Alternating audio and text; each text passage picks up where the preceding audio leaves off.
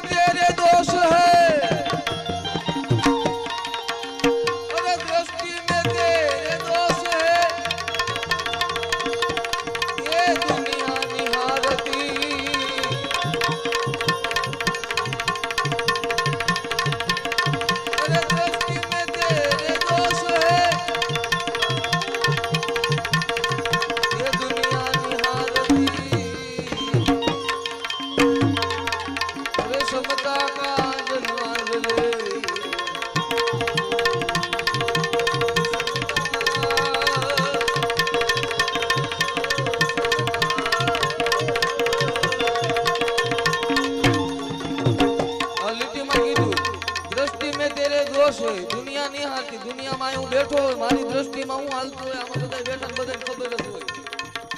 ભજનમાં ઈ જ કીધું છે, દ્રષ્ટિ મેં તેરે દોષ છે, દુનિયા નહીં હાલતી. હું અહીં બેઠો હોય તો હું કરતો હોય આમાં 100 જણામાંથી આમાં બધા મારી સામે કોકની નજર હશે ને, એટલે હું કહે છે કે આમાંથી બસવા માટે હું કરવું છે. લે